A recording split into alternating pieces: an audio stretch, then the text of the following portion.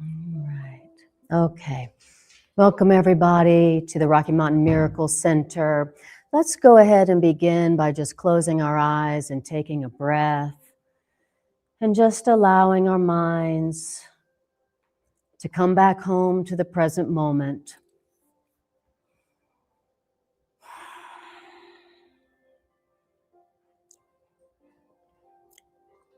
Let's tune our awareness inward and upward,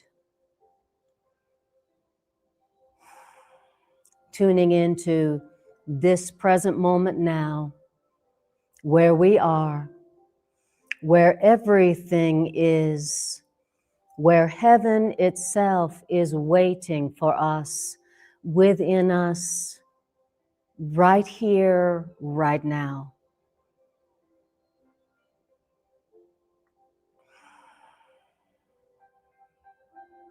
And just notice your breath. Bring your attention to your breath. Breathing in the power and the peace and the presence that lives in the present moment now within us.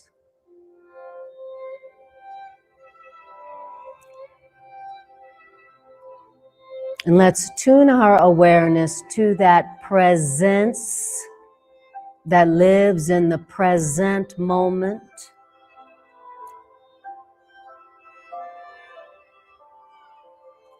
And let's feel that presence that lives within us.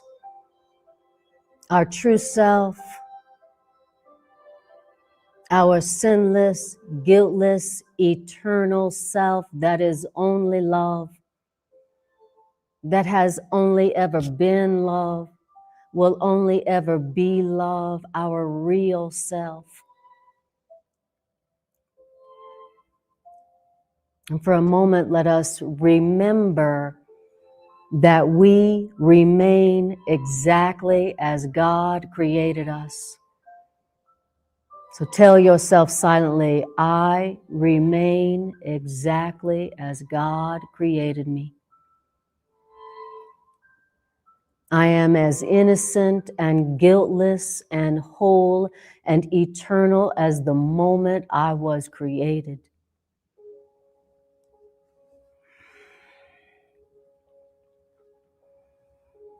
And breathe. Remembering what the present moment feels like. Enjoying the feeling of having no past and no future. Enjoying the feeling of your eternal nature that you can only experience in the now. Breathe it in. Remember. Let us remember who we truly are. Learning here is remembering. And God is in our memory now.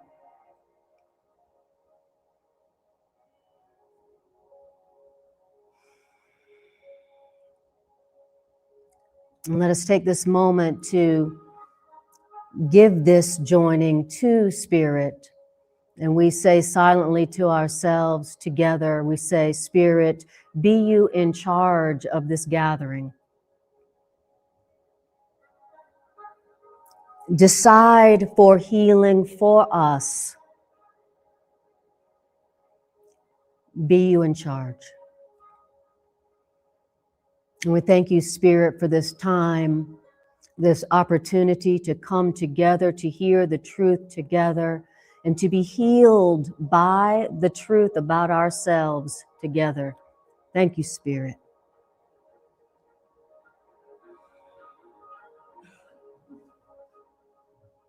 And to that we say amen. So when you're ready, just take a breath and bring your awareness on back in.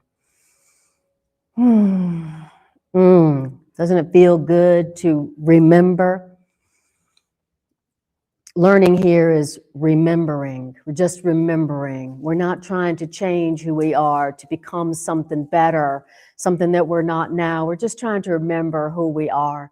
I'm just trying to remember. That's all that happened. We just forgot. That's all.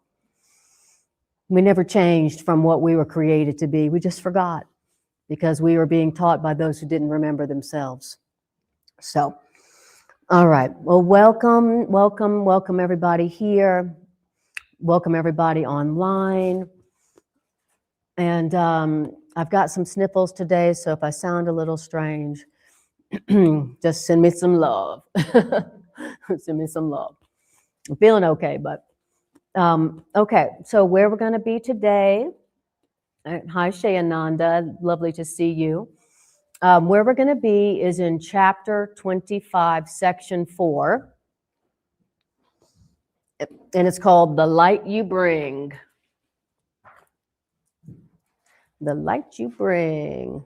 And while you're doing that, I'm going to find my ever essential chapstick.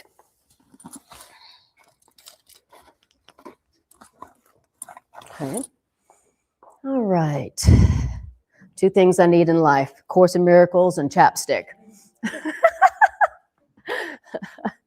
It's a Colorado essential.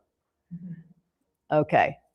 So, chapter 25, section 4, The Light You Bring. This is a really beautiful section.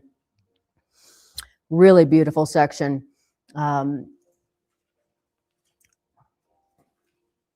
Okay. So everybody see where it's at? 25:4, The Light You Bring. It's the same chapter and section and title in all the editions of the course, the original edition, the edited versions, blue book, purple book, black book, you name it. All right. All the different colored course books. All right. The light you bring. All right. Says this: minds that are joined and recognize that they are joined can feel no guilt. Okay. Anybody ever feel guilt? Anybody ever feel shame? Okay. Anybody ever feel embarrassed? Okay. Just checking. Make sure we're all saying, hi, honey. Thank you, Julie, for this shirt. That's all right. That's all right. Come on in.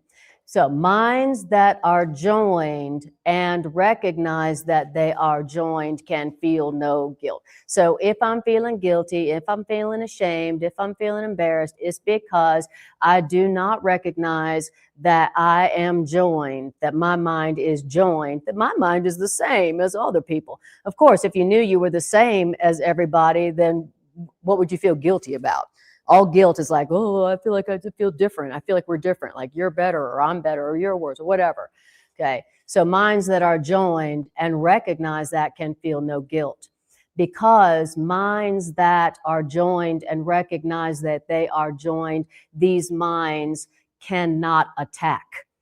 So if I recognize we are the same, we are joined, our minds are joined, we are the same, then I would not attack, because I realize I was attacking myself.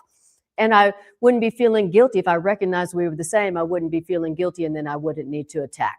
So all attack comes from believing that we are different and feeling guilty. All guilt comes from feeling different. I feel different, so I feel guilty. I feel better, so I feel guilty. I feel less than, so I feel guilty, right? Guilt comes from, I feel like we're different. I believe we're different, okay? Once I realize we're all the same, we all have the same source, we all have the same creator, we're created exactly the same, then I don't feel guilty, and then I would not attack, okay? So wherever it is that I'm feeling guilt, wherever it is that I've been attacking, that's where I'm telling myself I'm different when I'm not. Okay. Now, it says, so minds that recognize that they are joined and cannot attack, these minds rejoice that they cannot attack, seeing their safety in this happy fact. that their minds are joined. So minds that are joined rejoice. They rejoice seeing that they know their safety is in this happy fact. So where is my safety? Where is my safety? Anybody like to know where their safety is these days? Anybody notice the world seems a little dangerous? Anybody notice the world seems more dangerous right now? Does anybody notice that there seems to be a little bit more attack going on than usual? On the battleground? Okay. This is saying that our safety lies in the fact that we cannot attack because we're the same. So where does my safety comes from? My safety comes from the relinquishment of attack and recognizing that we're all the same, and so there's no attack is justified. So that's where, was the Course in Miracles say? Safety comes from the complete relinquishment of attack. You want to know you're safe right now? You want to feel safe in this crazy, seemingly dangerous world that seems to be getting more dangerous? The real safety is the relinquishment of attack, the complete relinquishment of attack. And the only way I can do that is to recognize we're not different. We are not different. Those whom I'm tempted to attack are those who I think, well, I would never do that. I'm different, right? But the truth is that we're all the same. Okay, so minds that are joined rejoice that they are not different, and so they cannot attack because they see their safety in this happy fact. Minds that are joined, their joy is in the innocence they see. And so these minds seek for innocence. They seek to see innocence because it is their purpose to see innocence in others and rejoice. Okay, so minds that are joined, these are folks that know they cannot attack, and their joy lies in the innocence they see. So where is it that we've learned our happiness is? Where is it that we've learned our joy comes from? In the world, something outside myself, something I get, some person, place, or thing, some event or situation. If somebody would change, I would be happy. If something outside myself were different, I'd be happy.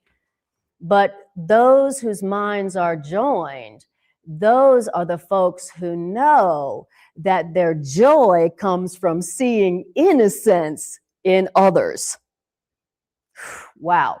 So no wonder I'd never experienced that lasting joy, because that's not where I was looking for joy. How can I see the innocence in other people, right? So those whose minds are joined, they recognize that their joy comes from seeing innocence in others. And their purpose is to see innocence in others. They seek it. Thank you. They seek it. Yes. Sometimes I forget that my purpose is to seek for innocence in others. I don't know about you. Sometimes I forget and think my purpose is to see the insanity in others and rejoice in that.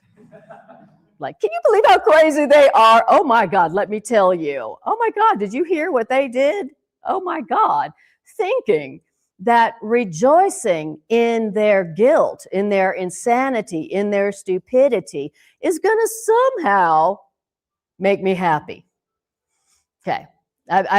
Sometimes I forget that my purpose and that my joy is to seek for the innocence in others, remembering that that's where my real joy comes from. Whew. And lately, I've been thinking that it would make me happy or bring me joy to point out the complete and total pathological insanity in the few folks in the world. But it didn't make me happy, and it's probably what gave me the sniffles. It didn't make me feel safer. It didn't make me happier. It made me scareder. It made me more terrified, and it may have given me the sniffles.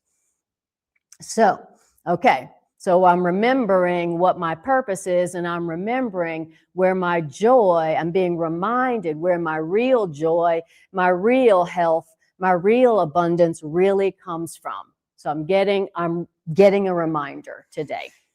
All right. Then it says, everyone seeks for what will bring them joy as they define joy. Okay. So the Course in Miracles says that is one thing that 100% makes us one. We are all the same. We all want the exact same thing. Every single human being wants to be happy. Every single human being wants the same thing, to be happy. Everybody's looking for joy as they define it. That, and the Course in Miracles says that alone should remind us and teach us that we are the same. Everybody is the same. They all want to be happy. The only thing that's different is the way we define joy. Okay? That's the only thing that's different, the way we define being happy. Okay? But everybody's motivation is exactly the same. Okay? It's just how we define that happiness. And it says it's not the aim of being happy as such that changes, yet it is the way in which the aim of joy is seen that makes the choice of means to that happiness inevitable and beyond the hope of change unless the aim is changed. And then the means for joy are chosen once again as what will bring rejoicing is defined another way and sought for differently. So if I think that what will bring me joy is power, fame, money, and physical pleasure, then I'm going to go for that. And then I go for that, and then maybe I get it, and then I realize, oh, I'm still not happy. And then I go, okay, well, the problem was I just chose the wrong means. And so now I'm going to choose for something else. Now I'm going to choose for, that relationship right there, right? So, as I decide something else will bring me happiness, then I decide that the means, then I seek for it a different way. I'm defining it a different way. All right. So that's paragraph 1. Questions or comments on that before we move on? So in your earlier example of seeing a lot of craziness in the world, Mm-hmm. I'm believing that I can buy myself at least peace, maybe a little moment of happiness if I see that, thank God I'm not like them. Uh-huh. As opposed to the more permanent happiness I could experience if I was actually realizing or willing to realize that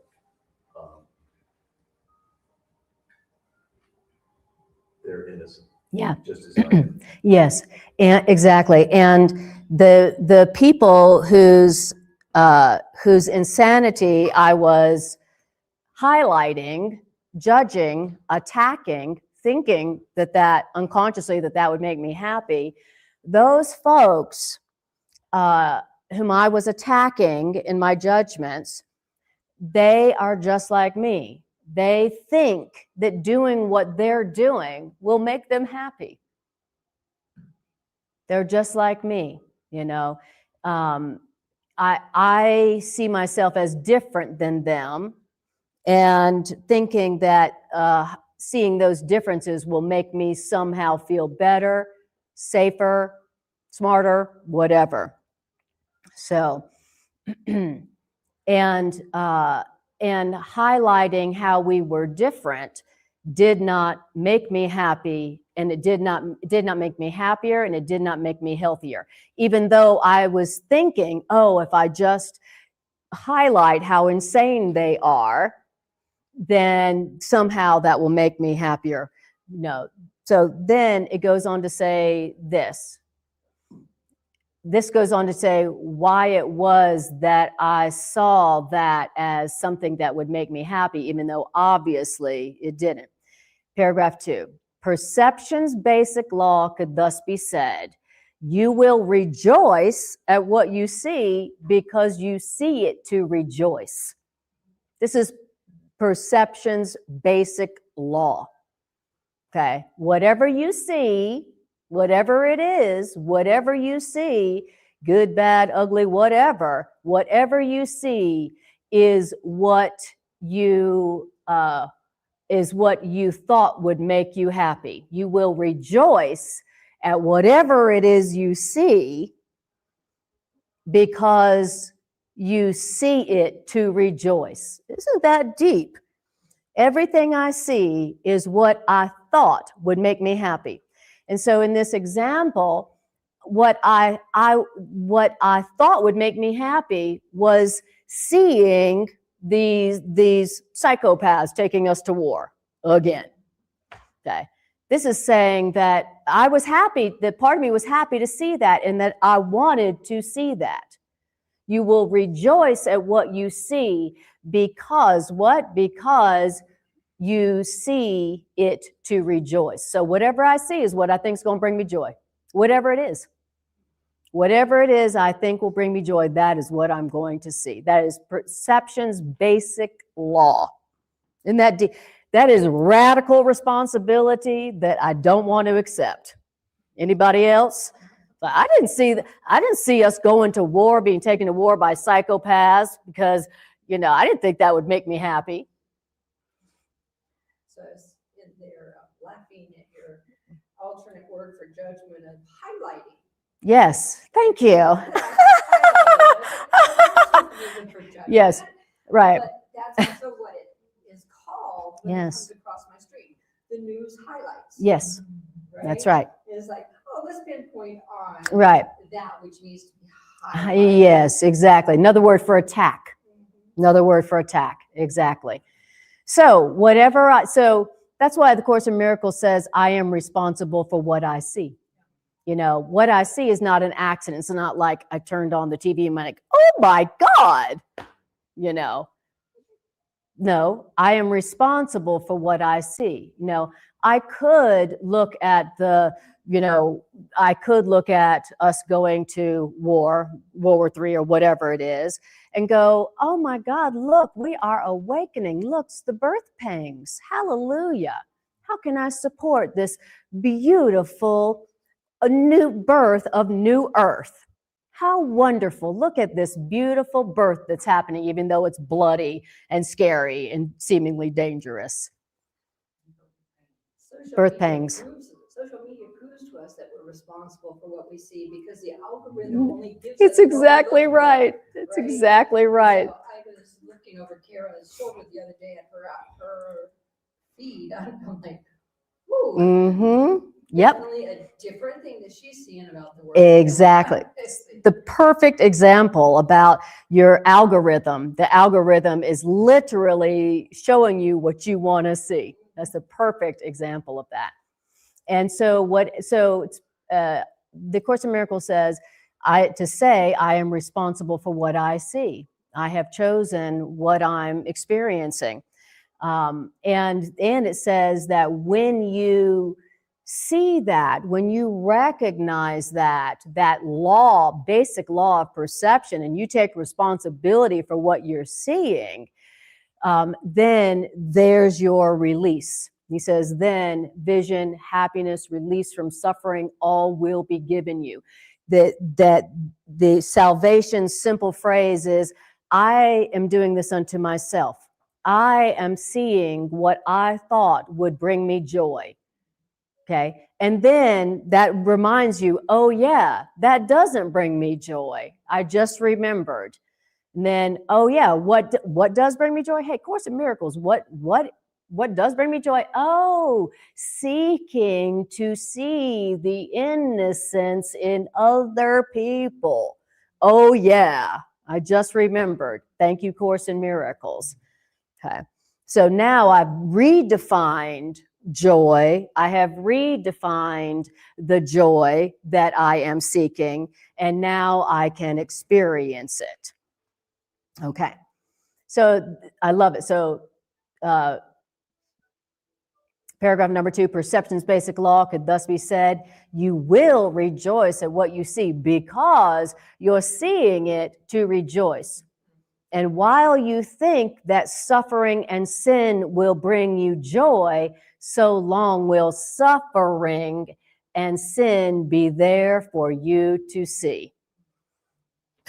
And I really saw that in this past week, where there's a part of me, obviously, that thought that really looking at that suffering and the sin that I was seeing playing out in the news would somehow bring me joy. Like, even though it wasn't bringing me joy, but I could tell that I thought it was bringing me joy because that's what I was looking at, right? And there it was for me to see. Yes. So I have a question. So what we see, can it change? Can it be different because we're different? So can it becoming more in tune with the fact that we're all one, make it so that things that happen in reality are more positive? Or is it that my perspective shifts so that whatever happens to me in front of me, I see it more positively? I say both. You know, as you define what will bring you joy differently, then what you see will be different. Yeah. So you'll either see it differently, like the example I was using of looking at, oh, we're at war. I will see it differently, like, oh, look at this incredible opportunity. Oh, look, the new earth is being born, and birth usually is bloody and messy and scary. But oh, what a beautiful birth that's happening. Oh, look, people are waking up. Okay. Or I will see the new earth as well. Yes. How do we seek the innocence in others? Like, do you have a technique that you go about in your day, like seeking the innocence in others? Yes, and that's what this whole section is going to be doing, and that's what the entire course is about, and every single workbook lesson is all about the goal of seeing the innocence. Go around to my coffee shop or whatever. I get that is Yeah. the point, but Right. how I look at people and I'm like, I'd really like to see the innocence. Yes, I mean, right. what is the actual gist or the technique? Yes, well, that's everything everything in the course is telling you. Really, it's about, the Course in Miracles says that it's not about trying to not see other people as guilty. It's asking yourself the question, do I want to see them as innocent? Do I want to see them as guiltless as they were created by God? Do I want to see them sinless? Really just asking yourself that question. Do I want to see them as sinless and guiltless? That's what it is, because as soon as you decide, I want to see them as guiltless, because it's the only thing that will actually bring me joy and release me from guilt, then as soon as you've decided you want to see that law of perception, that's what you'll see, and it will bring you joy. Yes, Bill. I think one of the things is, the only way you'll see the innocence and the light you bring in others is by recognizing it yourself. Yeah. Once you see, well, the light is here, it's shining up, and you see that, you don't see the shadow, you see the light. Right, exactly. The way to see it is within yourself. That's right. And it's all, remember the basic law of perception, you will rejoice at what you see. So it's really a question, what do I want to see? Okay, yeah. And another tool that the course uses or encourages us to use is the question, do I want to be right or happy? Exactly. Exactly. Okay, beautiful. All right. So then, let's see, where are we now? Okay. Thank you. Oh, yes. So we're on the sentence, nothing is harmful or beneficent apart from what you wish. So is it helpful to you or is it harmful to you? That is determined by what you want to see. Okay? Is this helpful or is this harmful to me? Completely dependent on what you want to see, your wish. It is your wish that makes it what it is in its effects on you. Why? Because you chose this thing as a means to gain these same effects, believing them to be the bringers of rejoicing and of joy. So, whatever it is that you're seeing, you are determining what its effects are on you, helpful or harmful, because you chose whatever it is you're seeing as the means to bring you joy. Everything we see, everything we're experiencing is what we believed would bring us joy. Isn't that deep? That's the radical responsibility that A Course in Miracles teaches, that ultimately sets us free and teaches us beyond any shadow of a doubt that we are not victims of the world we see. That's the only thing that teaches us our true power, which means our true liberation from that perception of being limited or shackled or imprisoned by anything or anyone. We are not imprisoned or shackled or limited by anyone or anything, except unless we want to perceive that we are. You know? And you know, it makes sense that we have learned in the past that you know, the more you suffer, the more you'll have friends, the more you sacrifice, the more you'll have love. So we have learned that the way to have happiness and the way to have love is to sacrifice, right? We all learned, if you want to be happy, if you want to have love, if you want to have a relationship, basically you need to suffer. Right? Okay. Everybody else raised on earth?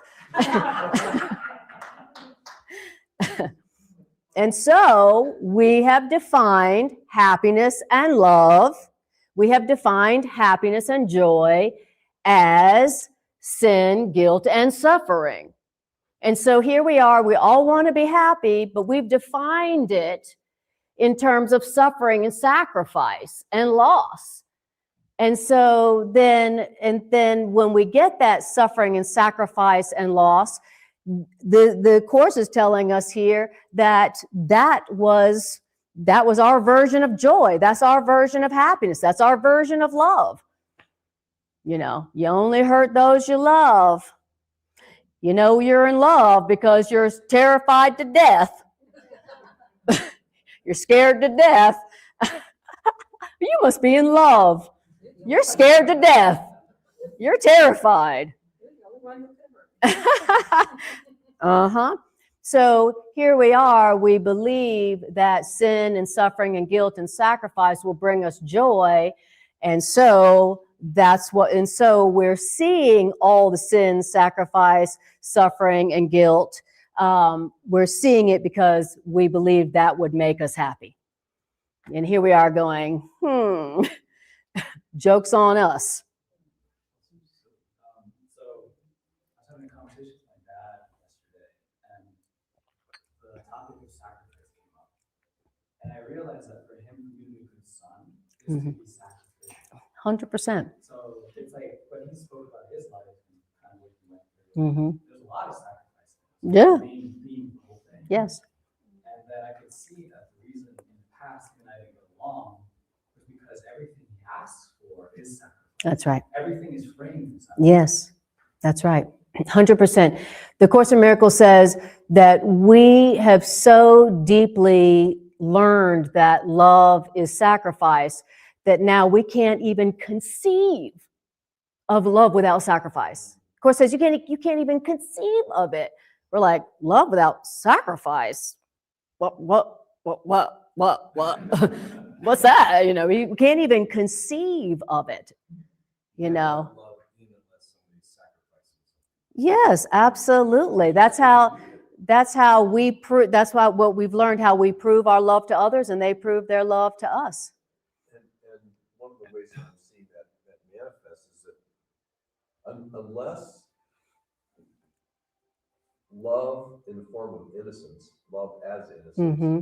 presents itself in the form of a cute little puppy or kitten or Yes. anything, Yes. I'm likely to be suspicious. Very likely. Very likely. Very likely. Yes, indeed. Exactly.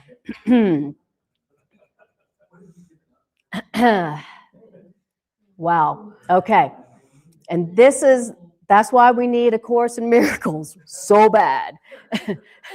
Because A Course in Miracles is teaching us the true nature of love and the true nature of joy and the true nature of happiness, so that now at least we can do the contrast and comparison, right? So Course in Miracles told us love demands no sacrifice. The Course in Miracles, so now we can go, okay, well, let's see, that would be a sacrifice to do that. So that's probably not love that's asking that of me, and it probably wouldn't be love of me to make that sacrifice. Okay, so let me do something different than I've ever done in the past. So Course in Miracles is teaching us how to do that because it's teaching us the truth about love and happiness. And in this section, it's saying that the true nature of joy, real joy, can only come from seeing the innocence, the guiltlessness, the sinlessness in others. That's it. You know, we've learned, oh, joy comes from outside, you know, when people do this for us and sacrifice for us and change for us and blah, blah, blah, something of the body, you know. No, the joy comes in seeing the innocence, which means the guiltlessness, which really means the sameness. So maybe you can't be like, well, I can't see their guiltlessness right now. Well, can you see that the sameness? Can you look at that person and go, okay, that person is just like me. They just want to be happy. They've just defined it differently. Can you do that? Okay, that's the same thing as seeing their innocence. There's a million different terms of ways to see innocence in others. You know, if you can at least go, well, they're just like me. They're trying to be happy, and they have a different definition of the means to that. Okay. Exactly. They don't know who they are, just like I don't know who I am. They're afraid as I am. They don't know their true nature, just like I don't know. Okay, it's the same thing. That's seeing their innocence, seeing the sameness, seeing that they want the same thing as you do. Okay, so there's lots of ways to get to that innocence, seeing it. But that's where real joy comes from. Right? So I will experience joy as I see the true nature, the truth about other people. Okay? And then what it goes on to say is essentially that's the only way I am going to remember the truth about me. It's the only way that the things that haunt me in the night will disappear. As I see the innocence in others, that's the only thing that takes away the fears that haunt me. My guilts, the things I feel ashamed of that haunt me. Okay. So that's where we're going in this. Okay, so then it says, even in heaven does this law obtain. It's like even in reality, we create to bring us joy, sharing our Creator's purpose in our own creation, that our joy might be increased and God's along with us. Now, paragraph 3. You, maker of a world that is not so. That's my new title. My name is Anna, maker of a world that is not so. My name is Anna, maker of a world at war. You, maker of a world that is not so, take rest and comfort in another world where peace abides. Oh, that's a thing? I can do that? Oh my God. See, I didn't even think about that. that I could be here worried about World War III, okay? Or I could be taking peace and comfort in another world where peace lives. Now, guess what? This world where peace lives is a world we bring with us to all the weary eyes and tired hearts that look on sin and beat sin's sad refrain. Wow. This world, so there's a whole world of just peace, a whole world of peace. I want to go there. Oh, well, actually, you bring it. Actually, it comes from you. That the real world, the world where it's just peace, it's not world war all the time. That world where there's just peace all the time, actually, we bring it with us to all the weary eyes and tired hearts that look on sin and beat its sad refrain. From us can come their rest. Wow.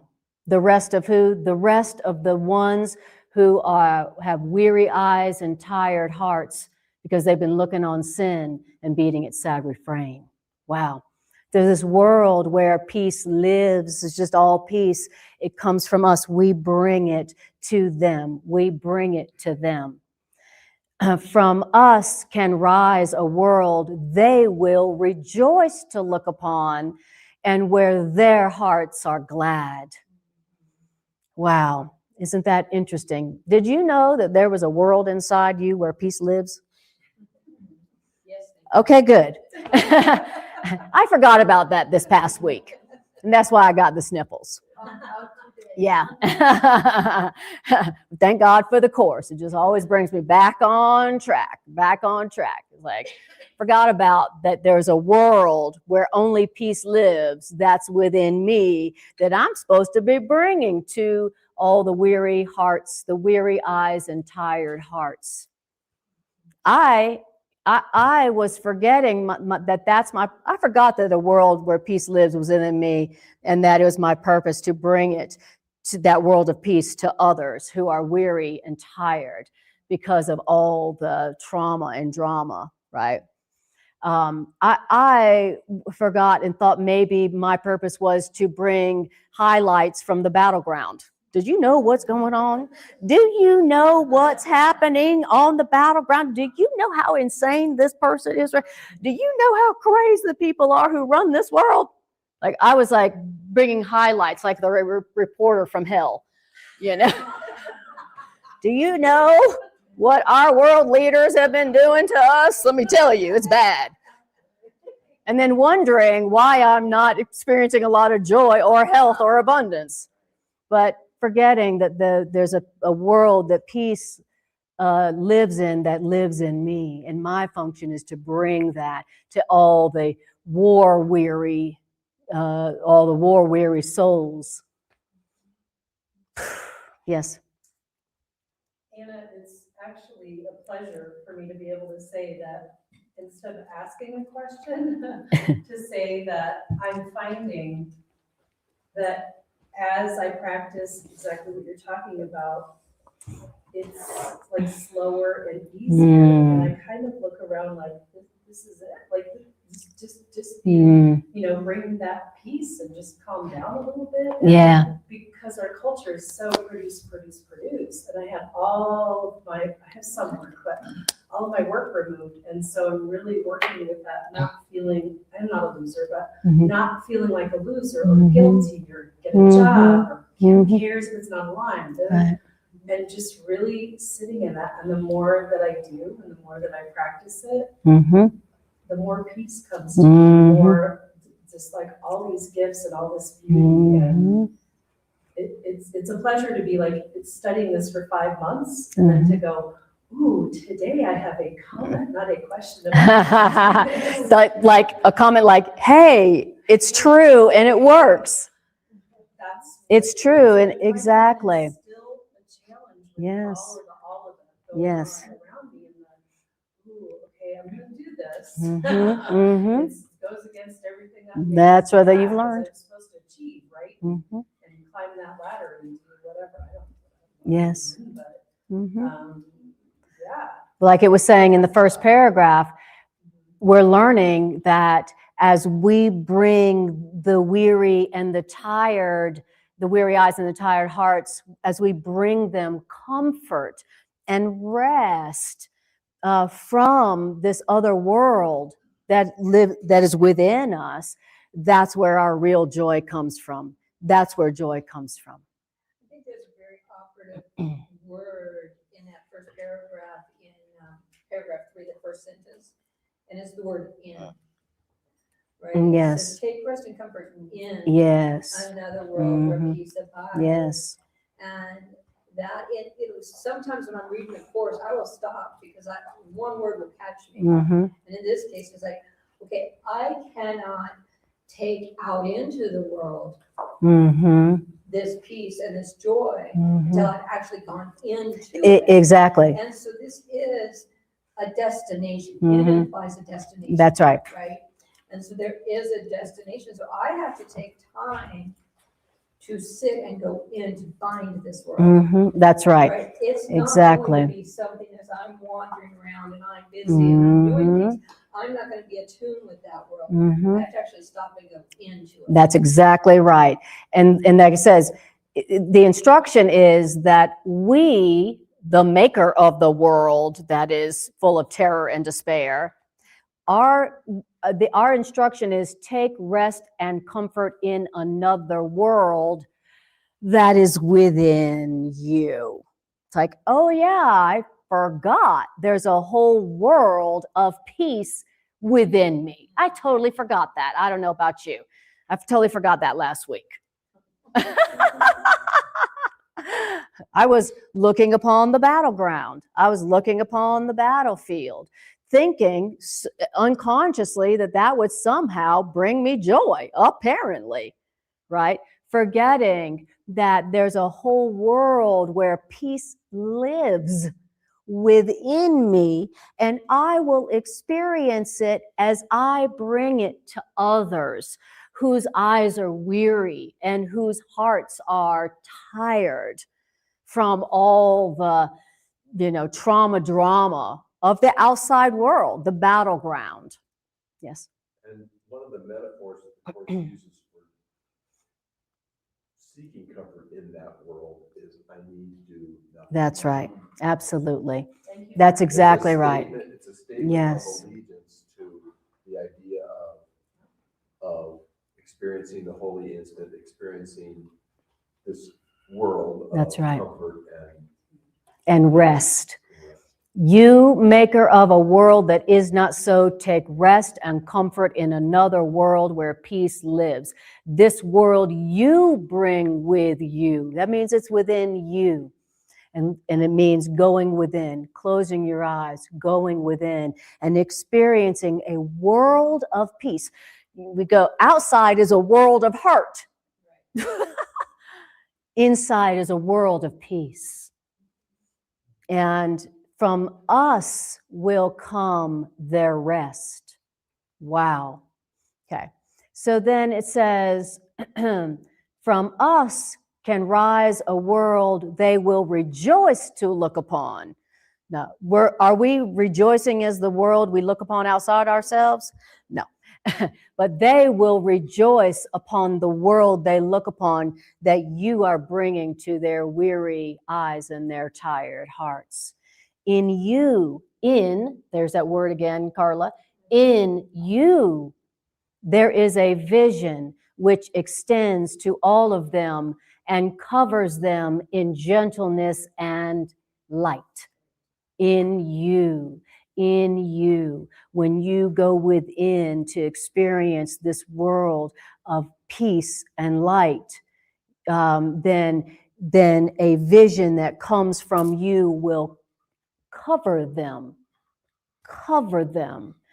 A vision is within you that will cover them in gentleness and light. When you take comfort and rest in another world that peace lives in, that's within you. Who knew? Of course, it's always reminding us to go within, to look within, to seek not outside ourselves, look within, go within. You know, it's always reminding us that within us is a whole world of light, of gentleness that's only peaceful. Now, if you only look outside yourself, you'll never know. You'll never know that heaven itself lives within you. You'd never know. You're like, what? Heaven? In me? What? What are you talking about? I only perceive lack and shame and guilt and darkness inside me. What are you talking about in me? Now, and then the Course in Miracles tells us that the ego is the voice that tells us, if you look within, your eyes will light on such darkness, such evil, that you will rush to death by your own hand. So don't look within. That is it. That is what the ego says. So when you're like, I'm going to look within. Oh, okay, this will be great. Okay, look within. I'm going to look within. Here I go. Okay, I need some music. You need to know that the first thing that's going to happen is your ego is going to show you some of the darkest, ugliest, nastiest, evil stuff. Your ego is going to bring up stuff from 20 years ago that you suppressed. I mean, it's going to show you how evil, how black with sin you are. That's the first thing that the ego will do. And the Course in Miracles in the workbook teaches you how to go, okay, all right, okay, okay. The Course told me this is the ego is going to show me. All right, tells you what to say. And then it teaches you how to take your awareness beneath it, keep going within. It gives you the metaphor of clouds. It says just keep going past the clouds like this. It teaches you how to see all that stuff as just clouds that you just need to just push through to find the light that is beneath them, okay? So when the Course in Miracles is telling you to look within, you need to know that the ego will be defending so hard. It will be telling you, if you look within, what you will see will fill you with such horror that you will want to kill yourself. That sounds pleasant. And that's why we don't do it. That's why we don't do it. That's why it's so hard to go within. Try it for 5 minutes, going within. You're like 10 seconds in, you're like, you're 10 seconds in and you're thinking about everything out there. Everything out there. Or you're like, oh my God, I can't believe I did that. I just remembered that. That is so horrible. I'm such a bad person. Oh my God, I can't. Wah. And then it makes you want to stop going within, you know? And so, but the reward is the ultimate reward, because underneath all that belief and guilt and sin that you've learned, that your ego told you better not look at or else you'll want to kill yourself, underneath that is heaven. Underneath that is heaven. There's a whole world of only peace, only light and joy. Underneath that is heaven, the heaven that lives inside of you, that literally has the ability to cover everyone with gentleness and light. So, yes. Like, I first of all, I celebrate what Kelly said earlier. You know, that how nice it is to come with this acknowledgement. And throughout the course, it says the hardest part is the beginning. Yeah, that's right. That's right. The hardest part is the beginning. I've been doing meditation and this type of thing for 30 years. Mm-hmm. And so when I go in, I go immediately into bliss. Right. Right, I don't have to go through the clouds Right. because I went through the early part Mm-hmm. of fighting the clouds, and now the ego knows that it's useless, Right. right? And so I just wanted to share, that as the initial process Mm-hmm. of going in, Yes. it's full of clouds. That's but right. when you do that enough that the ego says it's not worth the effort, Right. it becomes very, It's very easier, blissful, and you can yes. easily, I mean, I can very easily, I do it in here Mhm. during class very often, where I Mhm. stop and go in. But it's that first part. That's right. And of course, Miracles tells us that, reminds us that the hardest part is the That's beginning. exactly right. That's exactly right.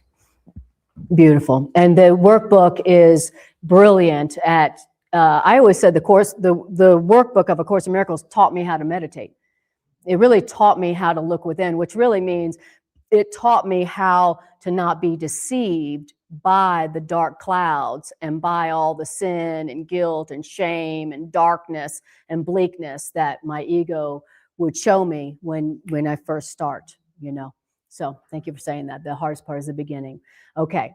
So then it says, so in you, so we're saying in you, there is a vision which extends to all the weary eyes and tired hearts and covers them in gentleness and light. And in this widening world of light, the darkness that they thought was in them is pushed away until the darkness in them is but distant shadows far away, not long to be remembered as the sun shines them to nothingness. That's what's in you. That's what you bring to others, the weary eyes and tired hearts. Isn't that beautiful? The sun in them. The sun in you. I love it. So what is it we're bringing to them? This widening world of light. As you bring to others this widening world of light, the darkness they thought was in them is pushed away. That is so beautiful. And all their evil thoughts and all their sinful hopes, which means all their dreams of guilt and all their dreams of merciless revenge and every one of their wish to hurt and their wish to kill and their wish to die, it will disappear before the sun you bring. Not bad, eh? Wow, that's in me to bring to them. That's good news. That's really good to hear. That's really different than what I thought was in me. That's not what my ego was telling me was in me. My ego was telling me that, you know. Okay. But what is it that I am bringing? What is it that's in me? A widening world of light, a world where only peace lives. The sun before which their wish to hurt and kill and die and their sin and guilt will disappear before the sun you bring. When you look within, when you, maker of a world, take comfort and rest in another world where peace lives in you. Wow. That I didn't make. Thank you. That I didn't make. A world I didn't make. Exactly. Yeah. We've totally been asleep to the heaven that exists within us and our ability to literally cover the weary ones and the tired hearts with the light that pushes all their egos, beliefs in sin and death away. Same as we would looking within ourselves. Exactly. Pushing the clouds away from what we see outside of them. Exactly. Exactly. The same way the light in us pushed away our ego darkness, right? Exactly. Beautiful. Wow. This is exactly what I needed to hear today, for sure. Okay. Because I had been looking at the world at war instead of the world of light, the heaven where peace abides within me. I had been looking at the world at war outside of myself forgetting about the heaven where the world that peace lives inside of me, that my job is to bring to others. That's my purpose, that's my function, and it's also the only source of real joy. So my joy comes as I help others to experience their joy, which means as their perception of guilt and sin is pushed away like shadows before the sun, that's the joy. That's the real source of my joy. Not what I get, what I have, what happens out here. Okay. And it says, and then it says this. Okay. Oh, paragraph 4. Would you not do this for the love of God and for yourself? Is there anything that would be a better purpose? Anything that you think would be a better idea than all that? Like, what do you think would be a better purpose than that? Anyone? Well, if I won the Nobel Peace Prize, wouldn't that be great? This would be better than winning the Nobel Peace Prize. Okay. Would you not do this? Would you not bring this world of light to others and cover those who have weary eyes and tired hearts? Would you not do this for the love of God and for yourself?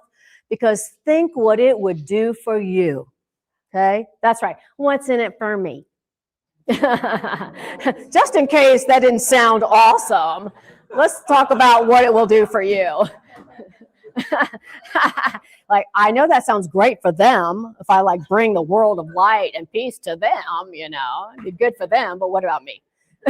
What's in it for me? Well, let's talk about what's in it for us. Okay, how about this?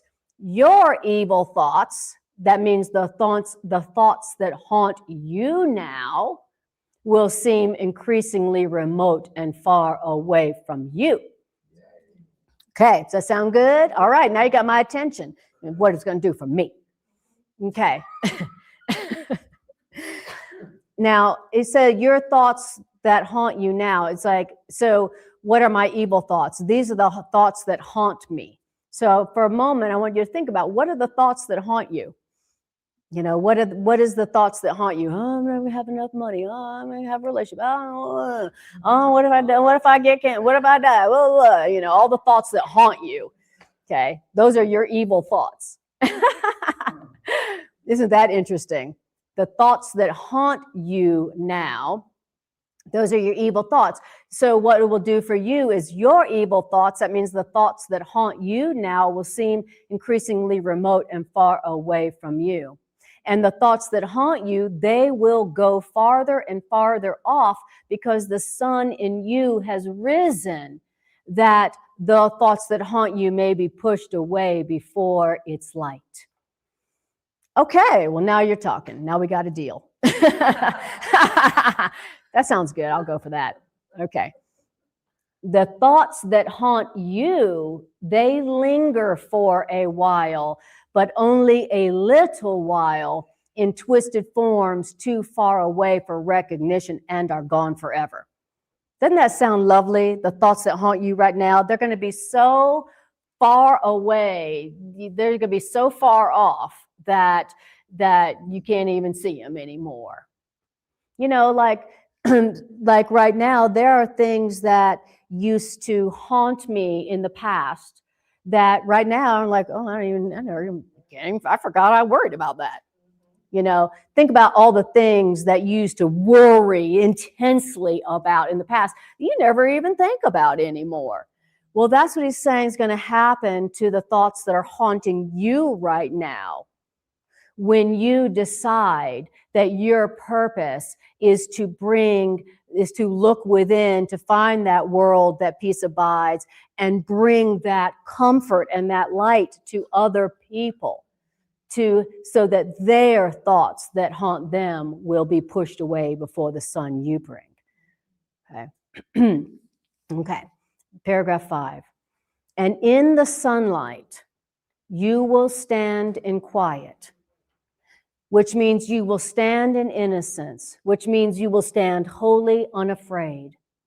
And from you will the rest you found extend, so that your peace can never fall away and leave you homeless.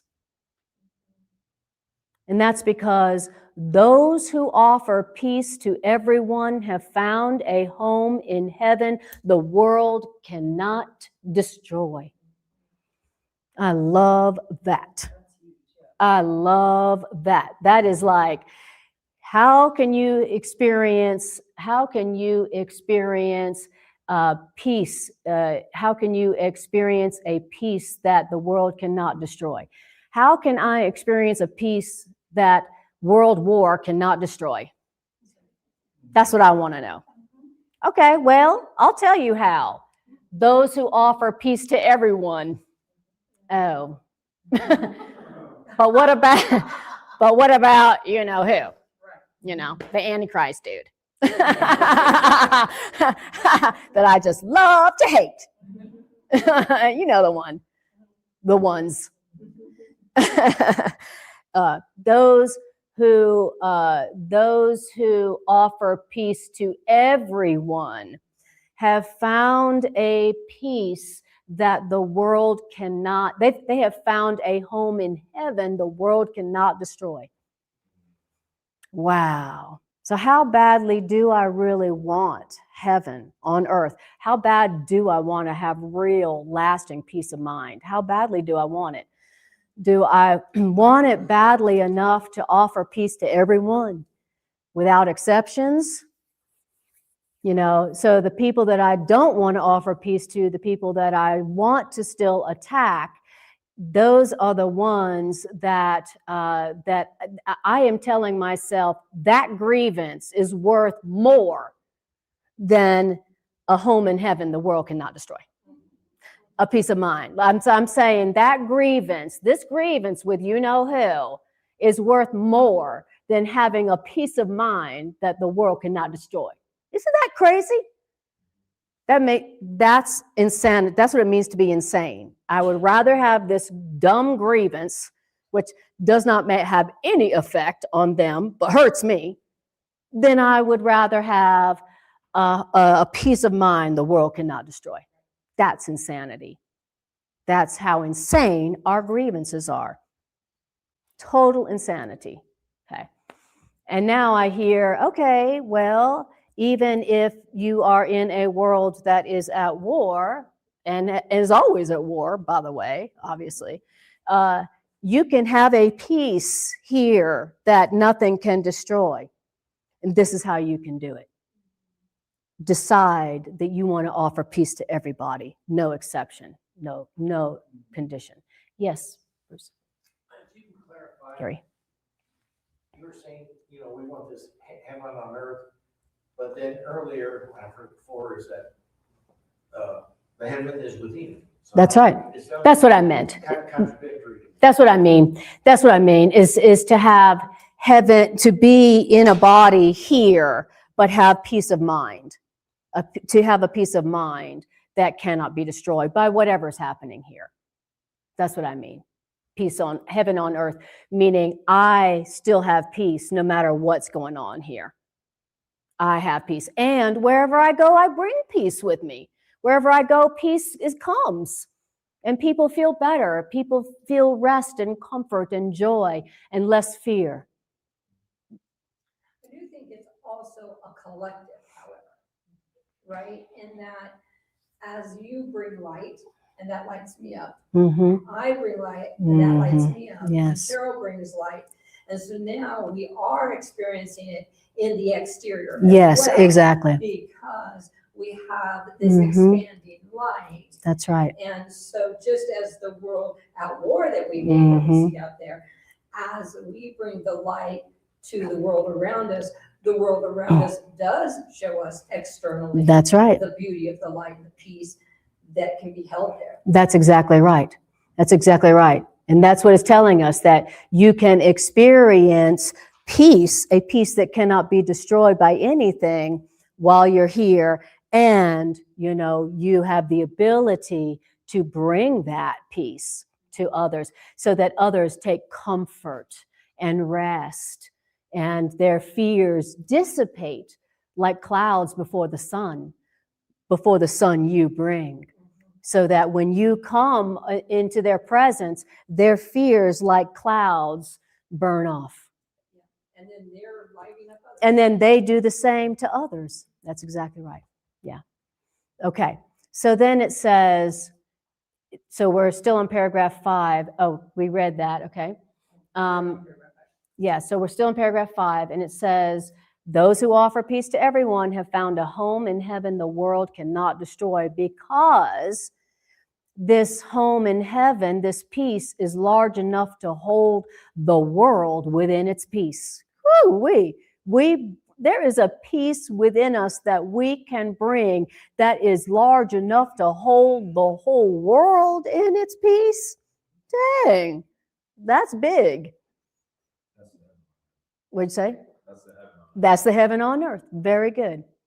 Every leaf that falls is given life in you.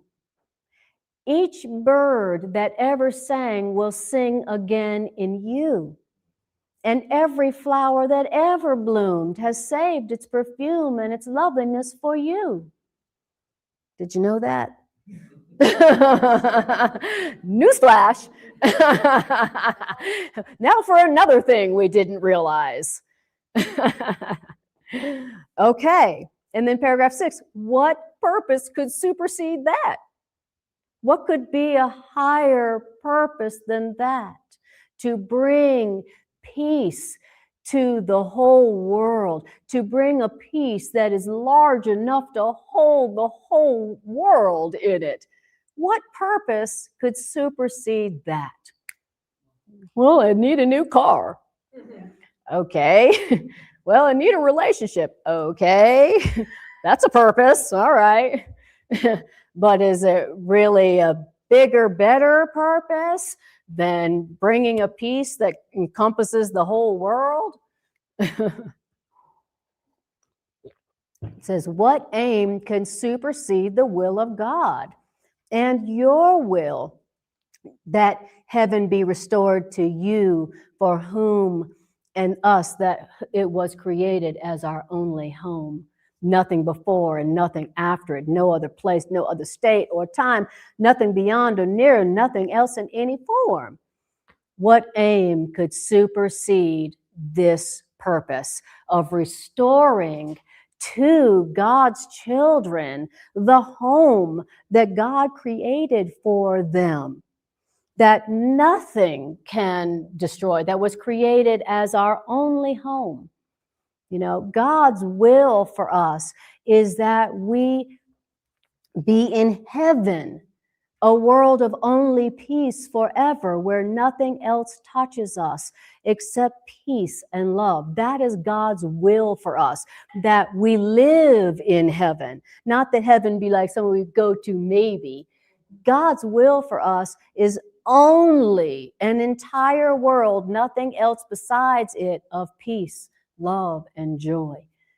That's God's will for us. And it's really it's our will too. That's all we want for ourselves, really, also. And what purpose could be bigger than that? What purpose could you want more than that? That we all experience the home that God has created for us and placed us in forever. And our function is to accept that and to bring that to others. Okay, then it says, we're still in paragraph 5, where it says, this world of light, this home that God has placed us in, this can you bring to all the world. And you can bring it to all the thoughts that entered this world and were mistaken for a little while. This we can bring, this heaven, this home, this heaven, this home where peace abides, this world of light that is within us, that God created us for and in, is what we can bring to all the world. Okay? Now, It says, so how better could your own mistakes be brought to truth than by your willingness to bring the light of heaven with you as you walk beyond the world of darkness and into light? Okay, that was a question. How better could your own mistakes be brought to truth? Now, notice it said, how better can your own mistakes be brought to truth than by your willingness? Okay, it didn't say your mastery. It said, are you willing to bring this world of light? Are you willing to bring this light of heaven with you as you walk through this world and beyond it?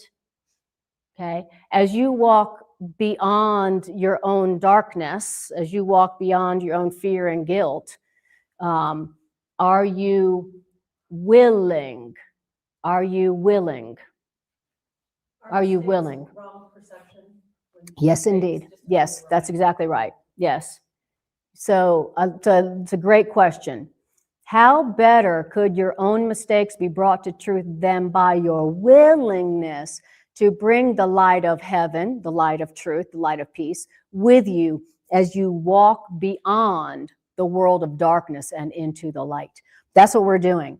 That's what this path is. We're walking beyond the world of darkness. We're walking beyond the world of guilt and fear and shame and sin and death. We're walking beyond it. That's what we're doing on this path. And are you willing to bring this light with you to others? Are you willing to bring this peace, this light, this joy, this heaven within you? Are you willing to bring it with you as you walk past and through your own ego of darkness? Okay. And so all it takes here is the willingness. So I would like to say that I am willing to bring the light of heaven with me as I walk beyond my own ego. All willing? Okay. So be it. All right, you guys. Beautiful. We actually finished a section. Isn't that? That is a miracle. Everybody laughs. Everybody laughed when I said we finished a section. All right. Well, let's do our love offering, some announcements, and then I'll just do a short integration meditation.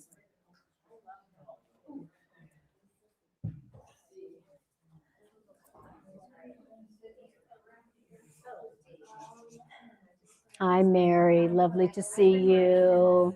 So first of all, those of you that Hi, were on Michael. for us to do the play shop yesterday know that we did not, because Anna and Greg were under a foot and a half of snow. Mm-hmm. Yep. And couldn't get down the mountain, and it was snowing, and we weren't sure what yesterday was going to be like.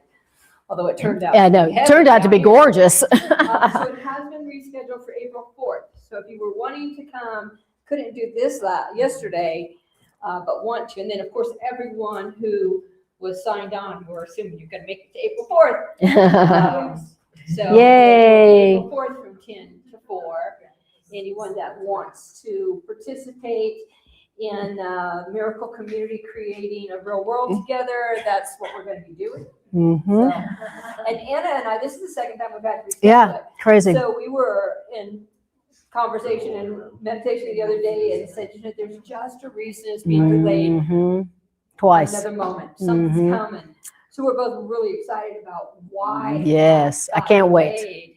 Yeah. I can't wait to see why. So know that is on the agenda. Today is the board meeting for those that are interested in staying after. One of the things that we're focusing on today is our AV system and how do we enhance and improve it. So our goal is by the end of the quarter, which would be the end of March, is to have a whole new setup going on. So hint, hint, and let y'all know that's coming. But if there is anything that you want the board to look at, catch us today. Today, wow, that's, I think that's it. Okay, I think, and Greg's making some yummies in the kitchen, and we will set up the tables and have these in here before the board meeting. All right. Okay, and if you would like, and then you guys online, I have put the Rocky Mountain Miracle Center website in case you would like to make a financial expression of appreciation. And thank you. And thank you guys for your financial expressions of appreciation. Thank you for keeping the Miracle Center going. Thank you for feeding it and growing the Miracle Center, truly. Thank you for that. Okay, let's do a brief integration meditation. And Thank you, Anna. oh, thank you, guys. Yeah. Thank you. Thank you. All right.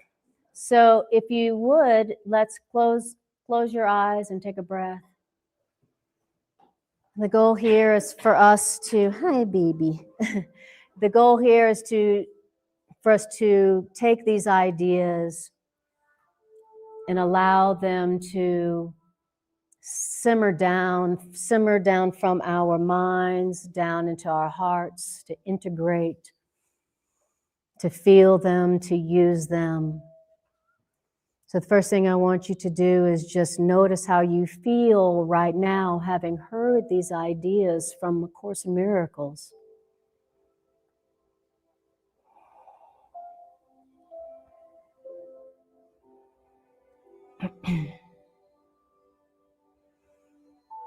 How does it feel to have heard these ideas and to have heard them in the soft embrace of the mighty companions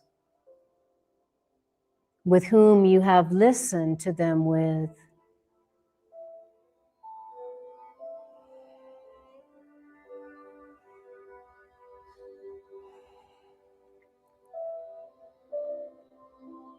How did it feel to hear and be reminded that there is a heaven within you? There is a world in which peace lives that is within you.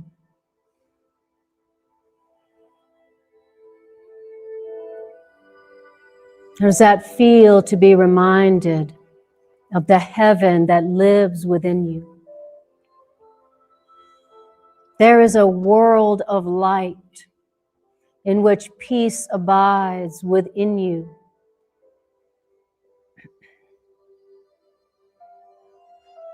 And let us do what the Course in Miracles instructed us to do today, and to take comfort and rest in this heavenly world of light within us. So let's go within and feel for that world of light, that world where peace lives within us, and take comfort in it. Take your rest in it.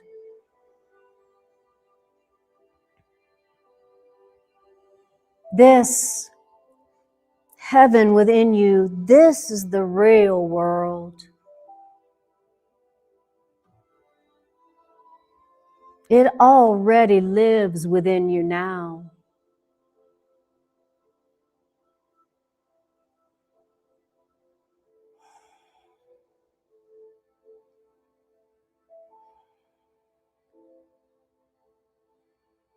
In you is all of heaven. Every leaf that falls is given life in you. Each bird that ever sang will sing again in you. And every flower that ever bloomed has saved its perfume and its loveliness for you.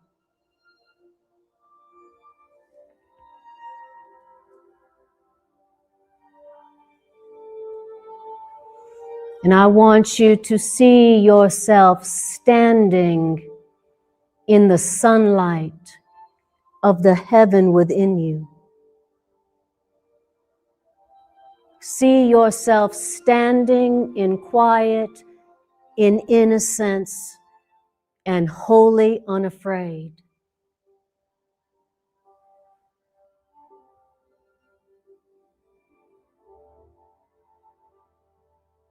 And now I want you to extend the rest and the comfort that you found within you now.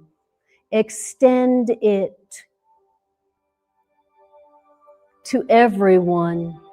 Extend it to the weary eyes and the tired hearts of those who have forgotten the truth about themselves.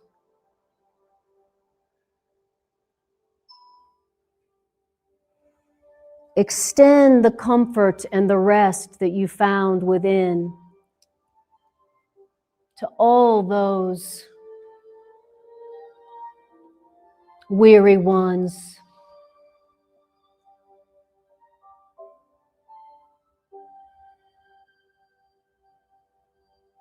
From you can come their rest. From you can rise a world they will rejoice to look upon and where their hearts are glad. In you, there is a vision which extends to all of them and covers them in gentleness and light.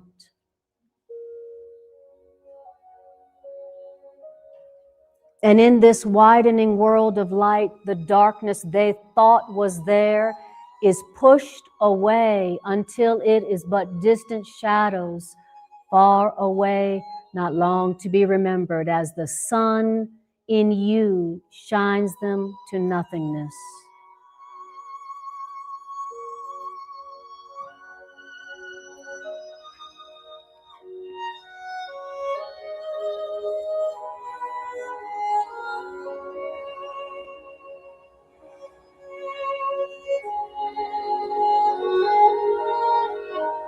What purpose can supersede this?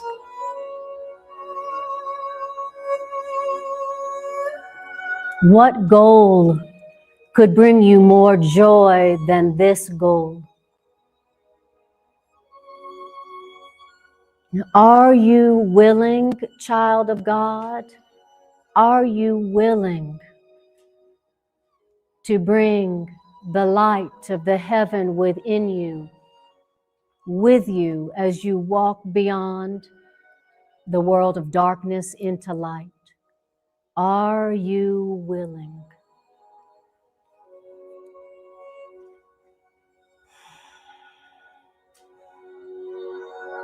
And just breathe.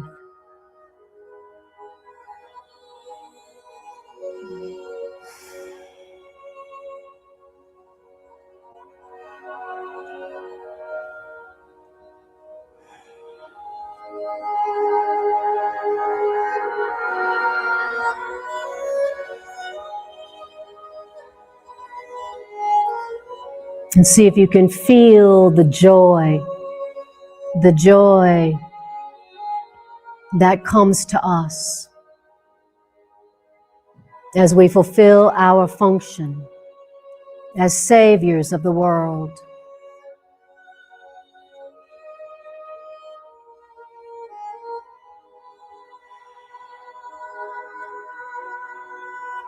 Now I want you to see if you can feel God's gratitude to you as you bring healing to God's children. Can you feel God's gratitude to you? Because all God asks of us is to heal God's children.